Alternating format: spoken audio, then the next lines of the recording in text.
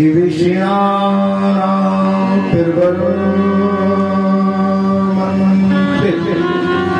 कृष्णस्य दैवं सकः शिष्यो बृहस्पति साक्षात् उद्भव बोधिसत्वम्।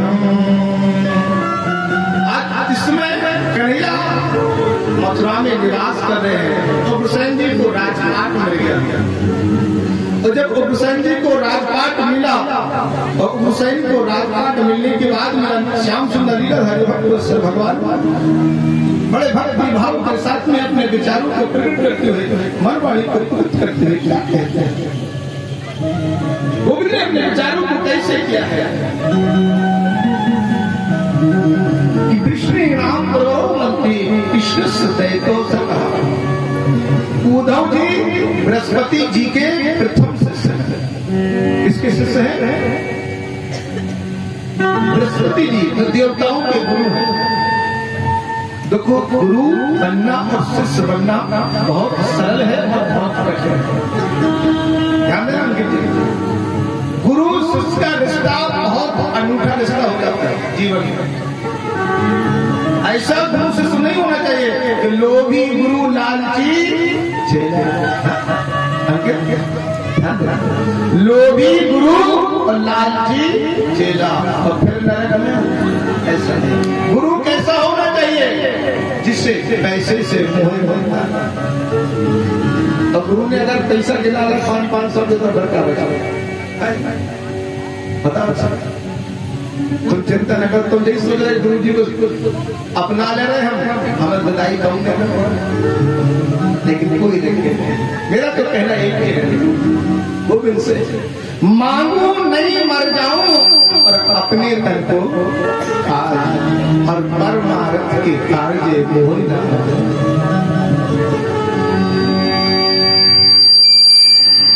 कहते हैं लोग जिंदगी किस्मत की बात है। ध्यान दें, कहते हैं लोग जिंदगी किस्मत की बात है और किस्मत बनाना भी तो मेरे बाकी बिहारी के हाथ है। अब आप क्या कर सकते हैं? किस्मत में लिखा है उसको वहां पर मिलना पड़ेगा, आना पड़ेगा। इसका जहां खाना लिखा है उस दिन पहुंच जाएगा। जहाँ की जो हवा है, जहाँ का जो जल है, वहाँ उसको जाकर के ग्रहण करना पड़ेगा। हम कितना भी कोशिश कर रहे हैं, हम लाखों बहाने ढूंढ लेने में कुछ नहीं होता है। कहा जाता है लोग लाखों इरादे करते हैं मगर सब टूट जाते हैं और वृंदावन वही जाते हैं से बाकी बता। कोई जानता था कि सौभाग्य जमीन भी पवित्र होगी? कोई जानता था? जमीन का मालिक भी नहीं जानता होगा। लेकिन गोविंद की कृपा हुई कि आज हजारों लोग यहाँ भंडारा हरी चर्चा हो रही है, राम कथा हो रही है, इलाहाबाद की भूमि पवित्र हो गई है। यही तो कामता प्रसाद जी की पुण्य पूर्व लोग यही तो फल है। वो देख रहे हैं इंद्र लोक में और खुश हो रहे हैं। चलो मेरे पुत्र मेरे रिश्तेदार मेरे लिए कुछ कर रहे हैं। वो ऊपर से पुष्प वर्षा है जिसको आपने सोचा नहीं है, वो भी कथा में आने से अच्छा होता है। और उसको देर में आते देवता तो पहले कथा सुनने पहुंच जाते हैं। आज किसी ने कहा कि बृहस्पति जी के जो प्रथम शिष्य उद्धव और उद्धव की तो महिमा अलग है, गोविंद की तो महिमा अलग है, परमात्मा की तो महिमा ही। उद्धव जी कह रहे हैं कन्हैया बोले तुमने वृंदावन में कौन सी लीला की है? बोले मैंने रहास महारास माखन चोरी नागनाथ गायों को चराया। अच्छा बोले मैंने बहुत लीलाओं को किया है। उद्धव जी बोले क्या कह रहे? बोले मैंने ऐसी ऐसी लीलाओं को किया है जिनको आप कभी समझ नहीं सकते, विचार नहीं कर सकते। उद्धव जी को जब कन्हैया ने बताया, कन्हैया बोले उद्धव मुझे आज गोपियों की याद आ रही है। और जैसे उद्धव ने कहा, उद्धव तो चले गए। उद्धव बोले हम नहीं सुनेंगे तुम्हारी बात, क्योंकि मोह माया वैराग में हम नहीं रहते हैं। उद्धव चले गए कन्हैया के पास से। अब इधर मैया देवी बड़ी भोजन का थाल लेकर के आई और इस भोजन का थाल लेकर के मैया आई और मैया ने भोजन के थाल में क्या किया? रूप में वास्तव स्वरूप का दर्शन कराया, मन वाणी को पवित्र किया। श्याम सुंदर ने भैया बोले कन्हैया भोजन कर लो, हम प्रतिदिन तुम्हें भोजन कराते हैं तो भोजन नहीं कर रहे।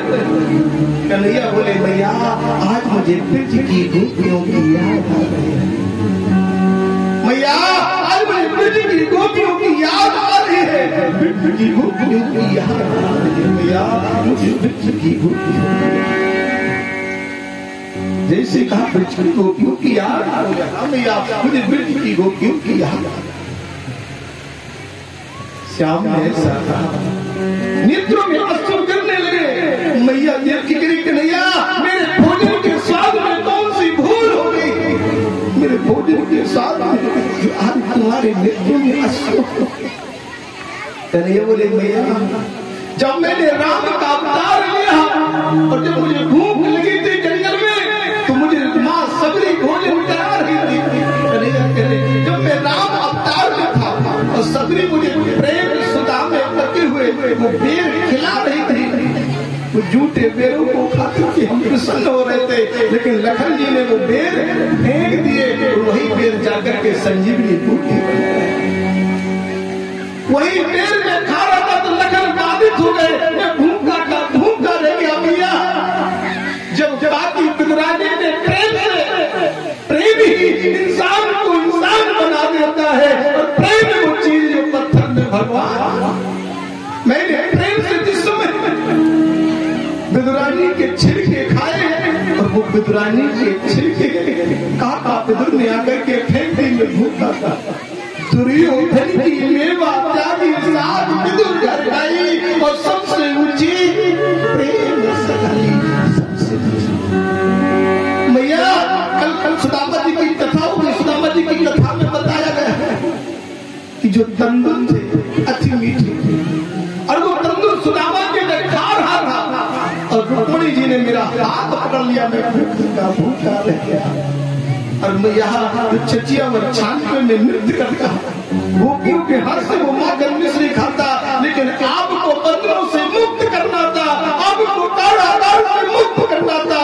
इसलिए मुझे ब्रज का वो प्रेम, ब्रज का वो स्नेह, ब्रज का वो दुलार छोड़ करके आना पड़ा मैया, आना पड़ा। आज मुझे यशोदा की याद आ रही है, यशोदा की याद माँ मुझे आज रो करके भोज पत्र पर और आज पत्र लिख रहे हैं। मोर का पंख है और आंखों का जो जल है उससे आज पत्र लिख रहे हैं। मेरा कन्हैया पत्र लिख रहा है। उद्धव इस पत्र को लेकर के मैया यशोदा को दे देना, मेरी ब्रज की गोपियों को दे देना, तो मुझे याद आ रही है, इसलिए मुझे याद आ रही है। उद्धव को पत्र दिया, उद्धव ले जाओ मुझसे पाती राधा को समझाओ, उद्धव ले जाओ मुझसे पाती राधा को समझाओ। वो राधा मोरी याद में पड़ रही है, राधा मोरी याद कर रही है। मैया यशोदा लता विशाखा चंद्रवती गाय मुझे पुकार रही है, गोविंद को पुकार रही है। श्री कृष्ण गोविंद हरे मुरारी, हे नाथ नारायण वासुदेव, हे नाथ नारायण गोविंद आओ, गोविंद आओ। ऐसे पत्र लिखा और इसका कारण है क्योंकि भगवान कह रहे जब तक ये गोपियों के पास नहीं आएंगे, उद्धव का जो ज्ञान है उसको भक्ति की प्राप्ति नहीं होगी। उद्धव को अपने ज्ञान पर घमंड है, यानी जब तक भक्ति नहीं मिलेगी, भक्ति माँ है और ज्ञान वैराग्य पुत्र है, और पुत्र को जब तक भक्ति रूपी माँ नहीं मिलेगी तो संसार का ज्ञान किसका। कन्हैया ने बोले गोपियों के पास में भक्ति को समझना, परमात्मा वही लिखा कर रहा है। तुम्हें बृहस्पति जी ने जो ज्ञान दिया वो मिथ्या हो जाएगा, तुम गोपियों के ज्ञान को सीख करके आओ, गोपियों की भक्ति को देख करके आओ। वो ब्रज की गोपियों में इतना सामर्थ्य, इतना वैराग्य है, उसकी महिमा अद्भुत है, उसकी महिमा अद्भुत है। उद्धव उस पत्र को लेकर के चल रहे हैं। आज अपनी पीताम्बरी को दे दिया, अपने मुकुट को दे दिया, उद्धव जी ने धारण किया।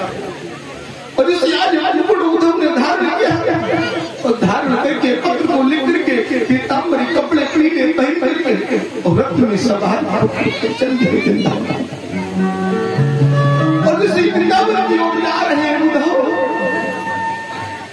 उद्धव जैसे वृंदावन में पहुंचे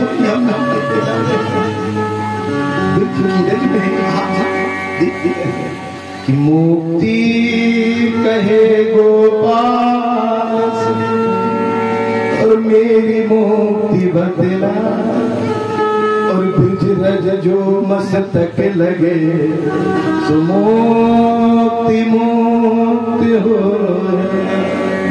अगर ब्रज मस्तक लग जाए तो मुक्ति भी मुक्त हो जाती है। और जैसे उद्धव जी पहुंचे गोपियों ने रथ की आवाज को सुना, दौड़ पड़ी, हाय दुष्ट अक्रूर आ गया।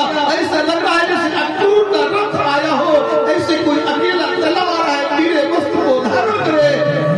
ऐसे वो ब्राह्मण होंगे जिन्होंने अक्रूर नाम रखा। अक्रूर तो क्रूर है जिन्हें गोपियों के प्राणों पर दया नहीं आई, गोपियों पे दया नहीं आई, प्राणों के प्यारे नहीं वो लेकर चले गए।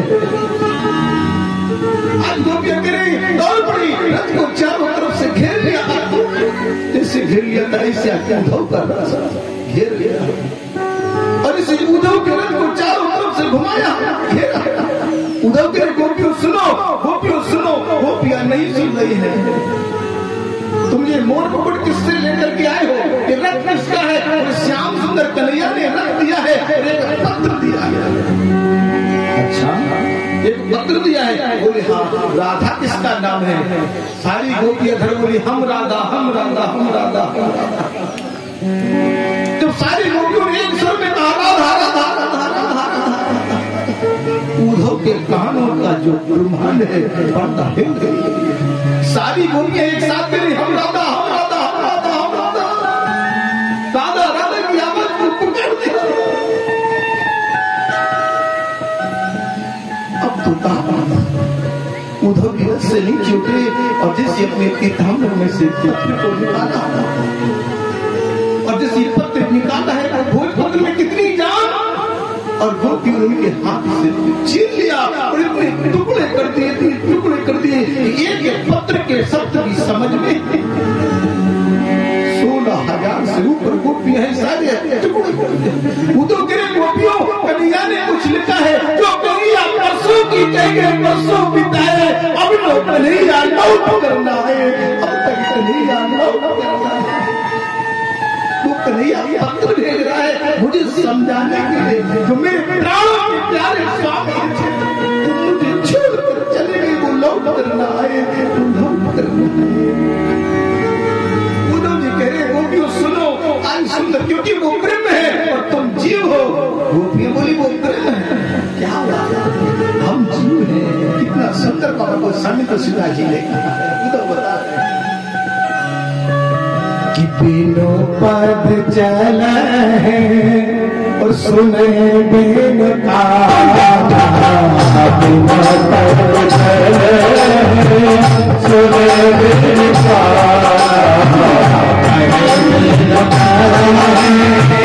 करम मेरे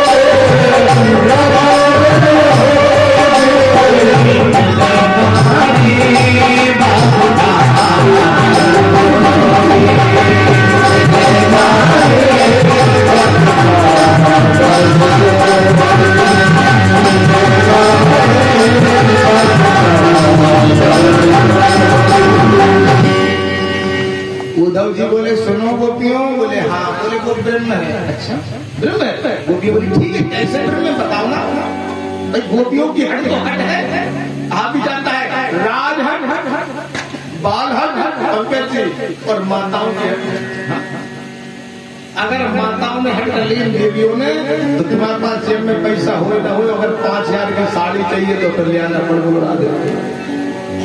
पंकज कह रहे महाराज हम है शरण करवा रहे तो आप बोले रिश्तेदार बैठे, कोई दिक्कत नहीं है किसी।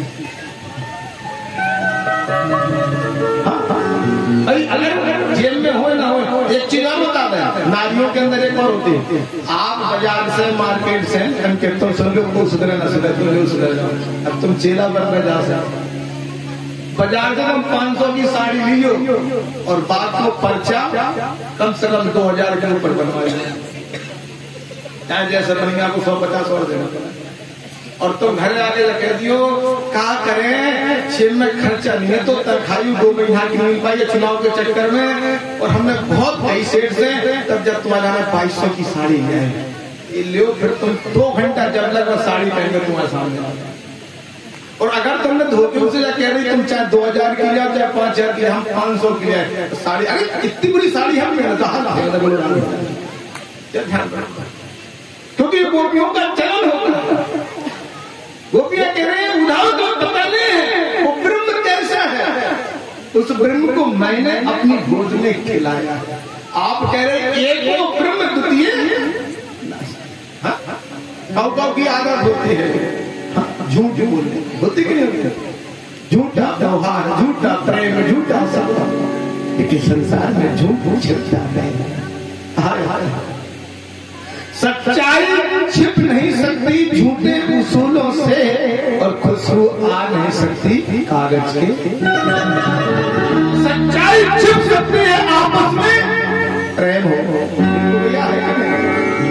और खुशबू आ सकती है अगर चमेली का जो हमारे परमेश्वर निर्भर सेंटेंस चल रहा। आज पता नहीं जो ड्रागो का तुम्हें देख के आई नहीं हो मंच तरफ, नहीं तो निर्भर हमारे पंकज जालन से इसके किसी दे जालन से लोग तो परेशान खाम खाओ कल तो फिर उतारा मतलब खाओ ऐसे ब्रज की गोपियां हैं, ऐसे हमारे 2-4 ग्वाल हैं, एक दीपक एक पंकज हमने 2 ढूंढे हैं, तीसरों तो नहीं मिला है। अब देखो बादला तक मिल जाएगा, अरूसी वाले ढूंढ जाएंगे आपका। आज ब्रज की गोपियां क्या कह रहे बोले एक वो ब्रह्म द्वितीय नास्तिक ब्रह्म एक है। गोपियां बोली स्वीकार है। आप बृहस्पति जी के शिष्य आपने ज्यादा देखा होगा, हम तो संसार की महिला, हमें क्या पता कैसा वो ब्रह्म है। उद्धव जी बोले बिनु पद चले सुने बिनु काना कर करे अच्छा परमात्मा ऐसा है, लेकिन कैसा वो निराकार है, बिल्कुल निराकार है। बोले अगर वो निराकार है तो मेरा कन्हैया तो साकार है। बोले क्यों? बोले मेरे साथ मक्खन मिश्री खाया, मेरी गोद में खेला, मेरे साथ गोवर्धन पूजा की, मेरे साथ नामनाथन किया, और आप कह रहे हो कि वो निराकार है, बिना पैरों के बिना हाथों के सब कुछ कर रहा है। आनंद रहे सकल रस होगी, वो आनंद रहे सकल रस होगी, और बिन वाणी वक्तावण उसके मुख भी नहीं है, अगर उसके मुख नहीं है फिर गजब की बांसुरी कौन बजाता है? गोपियों को आप कह रहे हैं कि ब्रह्म एक है, आपका ब्रह्म वो निराकारी है और हमारा ब्रह्म साकारी है, साक्षात क्योंकि जो ब्रह्म हमारा है हर जीव के हृदय में निवास करता है, और हम जीव से झूठ बोलेंगे तो परमात्मा देखेगा। गोपियों की बात सुनी, उद्धव कह रहे नहीं ऐसा नहीं है। बोले कैसे नहीं है? आपकी बात कैसे सत्य हुई? मेरा कन्हैया मेरे साथ लीला कर रहा है, नर लीला कर रहा है, मेरे साथ चीरहरण लीला की। अगर वो ब्रह्म होता तो क्या वो अपनी पुत्रियों को अपने सामने देख सकता था? अगर कन्हैया ब्रह्म रूप में है, कन्हैया परमात्मा रूप में है, कन्हैया ने फिर मेरे साथ चीरहरण लीला क्यों की, रास लीला क्यों की, महाराज लीला क्यों की? अगर वो निराकार है, क्योंकि निराकार ब्रह्म के आगे भी नियम है। क्या है? निराकार ब्रह्म के आगे भी नियम है, और साकार ब्रह्म के आगे भी नियम है। संसार में जो व्यक्ति आएगा, मृत्यु लोक में जो आएगा उसको एक दिन जाना है, और जो निराकार है वो ना आता है और ना जाता है। अब तो उद्धव गोपियों में बहस हो रही, क्या हो रही है कि धनो भेन पारामो नयनो भेन देखा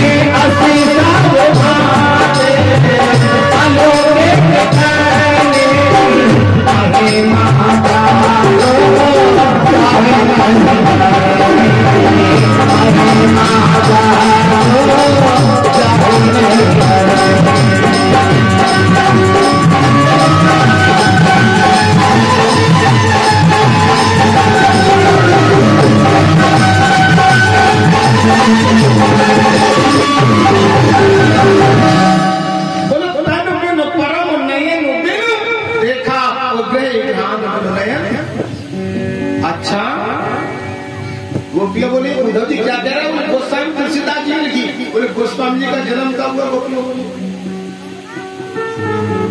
बोले कलयुग में। बोले कलयुग की बात हम गोपियों को बता रहे हैं। बोले हम आपका उपदेश दे रहे। बोले कैसे उम्मीद हो? बोले पुराने उम्मीद नहीं, बिना नेत्रों की कन्हैया देख रहा है। कन्हैया तो सब कुछ देख लेता है। पल पल की चोरी कोई चित्र उसने अपने दो द्वारपाल चित्रगुप्त को यहाँ कंधों पे बैठा लिया था, वो सब कुछ देख रहा है। तुम क्या कर रहे हो? बोले अस्य सब भांति अलौकिक करनी, अस्य सब भांति अलौकिक करनी और महिमा जाए से जाए नहीं करनी, महिमा जाए जाए से नहीं। आज उसने कहा कि उसकी महिमा को कोई जान नहीं सकता, समझ नहीं सकता। गोपियां बोली सुनो उद्धव। बोले सुनो क्या? एक हथो सो गयो